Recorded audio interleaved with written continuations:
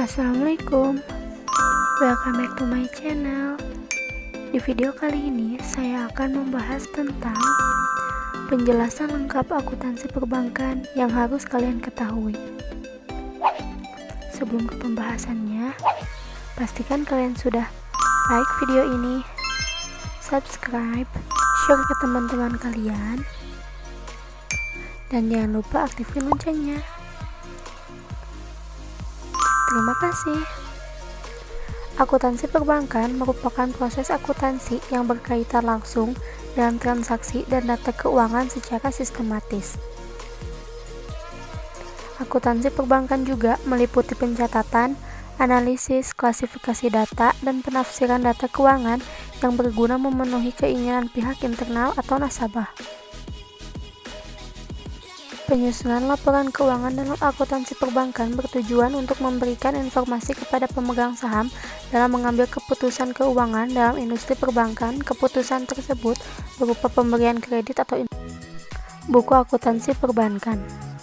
Penyusunan Pedoman Perbankan Indonesia tahun 2008 memberikan kebijakan tentang perlakuan dan pencatatan atas surat berharga, kredit, penurunan nilai, transaksi derivatif, dan transaksi ekspor-impor, perlakuan, pencatatan atas ekuitas, aset tetap, laporan laba rugi, laporan perubahan ekuitas, laporan arus kas, pencatatan atas laporan keuangan, dan ilustrasi laporan keuangan bank. Tujuan laporan keuangan perbankan berguna dalam menyediakan informasi mengenai posisi keuangan dan perubahan keuangan serta kinerja yang dapat dijadikan acuan dalam pengambilan keputusan kepada pihak eksternal dan internal. Persamaan dasar akuntansi perbankan sebagai pihak bank wajib mengatur pihak eksternal dan internal. Kewajiban pihak bank kepada pihak eksternal yaitu sebagai kreditor dalam memberi pinjaman dana atau deposit, akan tetapi kepada pihak bank internal sebagai pihak bank wajib memberikan keuntungan kepada pemilik modal. Untuk itu, laporan keuangan yang dibutuhkan harus dimiliki rumus persamaan dasar akuntansi perbankan, yaitu aktiva sama dengan utang ditambah modal. Jika pihak bank melakukan kegiatan dan memperoleh pendapatan atau pengeluaran biaya, maka selisih pendapatan dengan biaya merupakan laba yang dimiliki oleh bank. Laba yang dimiliki oleh bank merupakan keuntungan dari modal bank. Sehingga persamaan perhitungannya yaitu: pertama, aktiva sama dengan modal ditambah utang ditambah pendapatan dikurangi biaya.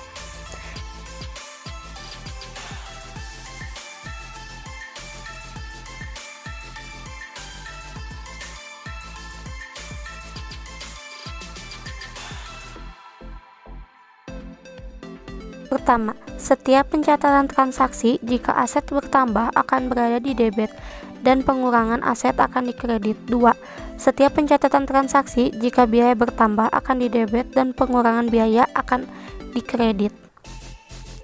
Yang ketiga, setiap pencatatan transaksi bertambah utang akan berada di kredit dan pengurangan utang akan di debit. 4. Setiap pencatatan transaksi bertambah modal akan berada di kredit dan pengurangan modal akan di debit. Dan yang terakhir, setiap pencatatan transaksi pertambahan pendapatan akan di kredit dan pengurangan pendapatan akan di debit. Berikut contoh jurnal akuntansi perbankan atas transaksi setoran tabungan bank sebagai berikut. Yang pertama, tanggal 2 Agustus 2020, Ibu Jessica membuka tabungan pada Bank Sejahtera, yaitu dengan setoran berupa: yang pertama, uang tunai senilai 5 juta, WESO yang telah jatuh tempo dan telah ditebus oleh Bank Cahaya sebesar 8 juta. Yang ketiga, cek Bank Sejahtera senilai 15 juta rupiah. Sehingga biaya inkaso clearing terhadap cek tersebut dinyatakan berhasil pada transaksi 2 Agustus 2020. Biaya inkaso sebesar 30.000 dan biaya material untuk surat kuasa senilai 15.000 rupiah. Sehingga pencatatan jurnal transaksi tabungan pada tanggal 2 Agustus 2020 yaitu sebagai berikut. Pencatatan jurnal transaksi ketabungan.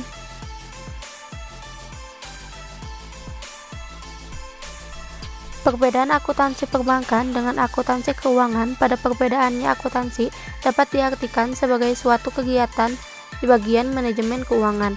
Akan tetapi, pada perbedaannya merupakan bentuk transaksinya yang berupa jenis pendapatan maupun bentuk pengeluaran dari lembaga yang terkait. Perbedaan selanjutnya yaitu dari segi harta di akuntansi perusahaan dengan akuntansi bank. Biasanya pada kebijakan bank, harta termasuk dari semua penempatan uang dan penyimpanan dalam bentuk kredit. Sedangkan pada posisi harta akuntansi, keuangan perusahaan terdiri dari aset usaha, saham dan modal yang ada pada perusahaan dan juga termasuk pada karyawan dan para pekerja yang kompetitif. Sekian materi yang dapat saya sampaikan. Semoga kalian paham dengan materi ini. Wassalamualaikum warahmatullahi wabarakatuh.